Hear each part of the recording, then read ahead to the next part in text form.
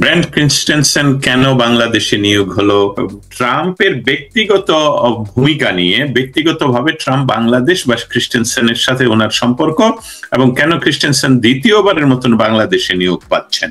হঠাৎ করে এই ধরনের নির্বাচনের ঠিক 3-4-6 মাস আগেই কেন একজন এমন ব্যক্তিকে নিয়োগ দেয়া হলো যে আসলে এইভাবে বলবো, আমি যেটা সরাসরি বলতে চাই সেটা হলো ব্র্যান্ড ক্রিস্টেনসেনের নিয়োগ ট্রাম্প তার উপর যে বিশেষ আস্থা রয়েছে তা ফুটে উঠেছে, এটা হলো আমার ধারণা। কারণ আগে যেটা আপনি প্রশ্ন করে আমার কাছ থেকে নিয়ে নিয়েছেন সেটা নিয়ে আমি প্রস্তুত ছিলাম বলার জন্য। এই আস্থার কারণটা হলো যে 2019 থেকে 2021 সালে ঢাকায় রাজনৈতিক এবং অর্থনৈতিক কাউন্সিলর হিসাবে ট্রাম্পের নিয়োগকৃত ব্যক্তি হিসাবে তিনি কাজ করেছেন। আরেকটি খুব ইম্পর্টেন্ট বিষয় বলে রাখি, সেখানে দেখুন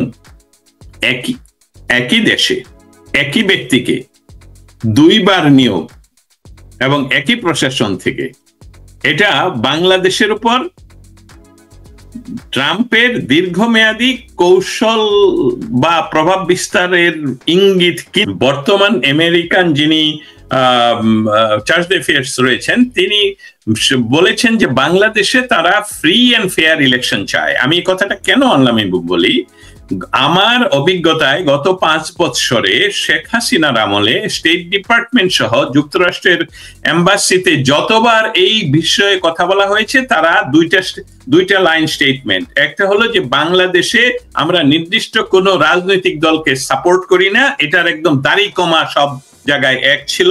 আরেকটা ছিল যে বাংলাদেশে ফ্রি ফেয়ার এন্ড ইনক্লুসিভ, এই 3টা শব্দ ছিল, ফ্রি ফেয়ার এন্ড ইনক্লুসিভ নির্বাচন চাই। হঠাৎ করে ইনক্লুসিভ শব্দটা হারিয়ে গেল কেন? এটা নিয়ে আমাদের আমি স্টেট ডিপার্টমেন্ট এন্ড হোয়াইট হাউসে প্রশ্নের জন্য অপেক্ষা করছি, সবসময় সুযোগ করে হয় না, যখনই হবে তখন এটা প্রশ্ন উঠবে। অথবা আমাদের এটা নিয়ে, এটা যারা অ্যানালাইসিস করবেন যে এটা হলো সক্রিয় হস্তক্ষেপের ইঙ্গিত হিসাবে, তাদের জন্য এখানে বার্তা রয়ে গেছে কিন্তু। কারণ এমন একজন কূটনৈতিককে পাঠাচ্ছেন যেই কূটনৈতিক ব্যক্তিত্ব ডোনাল্ড ট্রাম্পের দ্বিতীয় মেয়াদে দ্বিতীয়বারের মতো একই দেশে পাঠাচ্ছেন, রাজনৈতিক কারণ না থাকলে তো হতে পারে না। এই মুহূর্তের এই নিয়োগটা আমাদের দুইভাবে ব্যাখ্যা করার জন্য দরজা ওপেন করে দিল। আমাদের লক্ষ্য রাখতে হবে যে এটা শুধুই কূটনৈতিক নিয়োগ হিসাবে যদি দেখি এটা কি সঠিক হবে কিনা, আর সক্রিয় হস্তক্ষেপের ইঙ্গিত বহন করছে কিনা সেটার কথা তো আমি একটু আপনাকে, আমি যদি আপনার এই আলোচনা, আপনার এই বিশ্লেষণটুকুকে আবার একটু ছোট করে একটু জানাতে চাই দর্শকদের জন্য। যেমন আপনি বলছেন যে চীন, রাশিয়া, ভারতের বৈঠক এবং বাংলাদেশের নির্বাচন বা সামগ্রিক প্রেক্ষাপট, তার মানে ট্রাম্প কি এমন একজনকে বেছে নিয়েছেন যে এই আঞ্চলিক ভূরাজনৈতিক ইস্যুটাও যিনি ভালো বুঝবেন, দেখতে পারবেন, মার্কিন স্বার্থ রক্ষায় ভূমিকা রাখতে পারবেন, অন্যদিকে বাংলাদেশের অভ্যন্তরীণ রাজনৈতিক যে পালাবদল বা রাজনৈতিক পরিস্থিতিও ট্যাকেল করতে পারবেন, এই দুই বিষয়ে দক্ষ একজনকেই তিনি বেছে নিয়েছেন, এমনটাই? এটাতে আমার উত্তর খুবই সুস্পষ্ট। কারণ ডোনাল্ড ট্রাম্প এমন একটি ব্যক্তিকে বেছে নিয়েছেন যার পূর্ববর্তী অভিজ্ঞতা অবশ্যই একটি বড় ভূমিকা রাখবে এই অঞ্চলে, শুধু বাংলাদেশে নয়। উনি বাংলাদেশ সম্বন্ধে খুব এক্সপার্ট ব্যক্তি, ব্র্যান্ড। আর তিনি বাংলাদেশের রাজনৈতিক বাস্তবতা, দলীয় বিভাজন ও সামাজিক কাঠামো সম্পর্কে উনি কিন্তু বিস্তারিত ভাবে জানেন, কারণ রাজনৈতিক এবং অর্থনৈতিক কাউন্সিলর হিসেবে উনি কাজ করেছেন।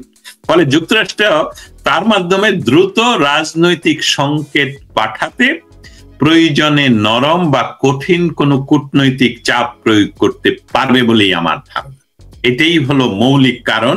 এটা আমি যখনই ওনার নাম আসলো তখনই ওনার সম্বন্ধে যতটুকু আমরা বিস্তারিত জানার চেষ্টা করেছি, আমি যোগাযোগ করেছি ওনার সাথে। বাংলাদেশের নিয়োগের আগে দেখা করা যায় কিনা, ইন্টারভিউ নেওয়া যায় কিনা, সেটা অবশ্যই আপনারা হলে তো আপনারা জানবেনই। তবে আপনার সরাসরি প্রশ্নের এটাই হলো খুবই সংক্ষিপ্ত উত্তর। ওনার পূর্ব অভিজ্ঞতা, স্পেশালি বাংলাদেশের রাজনৈতিক ফ্যাব্রিকটা উনি জানেন, সামাজিক ফেব্রিকটাও উনি জানেন এবং অর্থনৈতিক ফেব্রিকটাও জানেন। এই জন্য আমার মনে হচ্ছে এই নিয়ে আমরা যেমন এর আগে সর্বশেষ যিনি ছিলেন তার ব্যাপারে বাংলাদেশে এমন একটি অবস্থা যে সরাসরি তিনি রাজনৈতিক একজন কর্মীর মতো কাজ করেছেন, এর আগেও আরো একাধিকবার এরকম দেখা গেছে। এখন এই যে যিনি আসবেন নতুন, তার ভূমিকা কি আপনার মনে হয় তিনি কি তার পারদর্শিতা দেখাতে ট্রাম্পকে তিনি কি এরকমই একদম ওপেনলি ছোটাছুটি করতে পারবেন, নাকি সেটার দেশের মধ্যে এখনকার প্রেক্ষাপটে যেমন মার্কিনের পক্ষেই সরকার কাজ করছে, আবার মার্কিন বিরোধী কিন্তু সেই জনরোষগুলো কিন্তু তৈরি হচ্ছে ইসলামী ধারার মধ্য থেকে, এমনকি আরো অনেকেই। তো সেই ক্ষেত্রে কি আগের মতো দৌড়ঝাঁপ করতে পারবেন, একদম প্রকাশ্যে নিয়ন্ত্রণ করা, বৈঠক করা, এইগুলো কি সম্ভব হবে মনে হয়? আমি এখানে একটু অন্যভাবে বলতে চাই, ধন্যবাদ এই প্রশ্নটা করার জন্য। অন্যভাবে বলতে চাই যে দেখুন, অন্তর্বর্তী সরকার একটি অনির্বাচিত, অগণতান্ত্রিক এবং যেটা একটি শব্দ দিয়ে বলা যায় সেটা হলো অসাংবিধানিক, বাংলাদেশের সাংবিধানিক সরকার নেই। তাহলে এই সরকারের ক্ষমতার উৎস কোথায়? যেখানে জনগণের সাপোর্ট নেই, সংবিধানের সাপোর্ট নেই, তাহলে সরকার চলে কিভাবে? এটা তো আমার আর আপনার নতুন করে ব্যাখ্যা করার প্রয়োজন নেই যে আসছে কোত্থেকে। এবং সেই দেশ থেকে এখন একজন অভিজ্ঞ এবং বাংলাদেশ বিষয়ে যিনি অভিজ্ঞ, বাংলাদেশে দ্বিতীয়বারের মতন তিনি যাচ্ছেন। তাহলে প্রথম কথাতেই আবার ফিরে যাই, যখন একজন ব্যক্তি যাকে বাংলাদেশের উপর অভিজ্ঞ, সেই ব্যক্তিকে রাষ্ট্রদূত হিসাবে পাঠানো হচ্ছে যিনি আগে কাজ করে আসছেন এবং আমাদের বা রাজনৈতিক এই কাঠামোটা, সামাজিক কাঠামোটা জানেন। এখন অন্তর্বর্তী সরকার একটা কাজ, আপনি প্রশ্নের ভিতরে একটি বিশেষ বলবো অ্যাটম লুকানো আছে, যেটা যদি ফাটিয়ে দেওয়া হয় তাহলে অনেক ঘটনা ঘটতে পারে। যেমন অন্তর্বর্তী সরকার ওনারা সাফার করছেন গত 13 মাসে যে তাদের আন্তর্জাতিক ভাবে তাদের স্বীকৃতি প্রায় তলানিতে চলে আসছে। স্বীকৃতির কথা এই অর্থে সাপোর্টের কথা বলছি। আপনি নিজেই বলছেন যে বাংলাদেশও যে রাজনৈতিক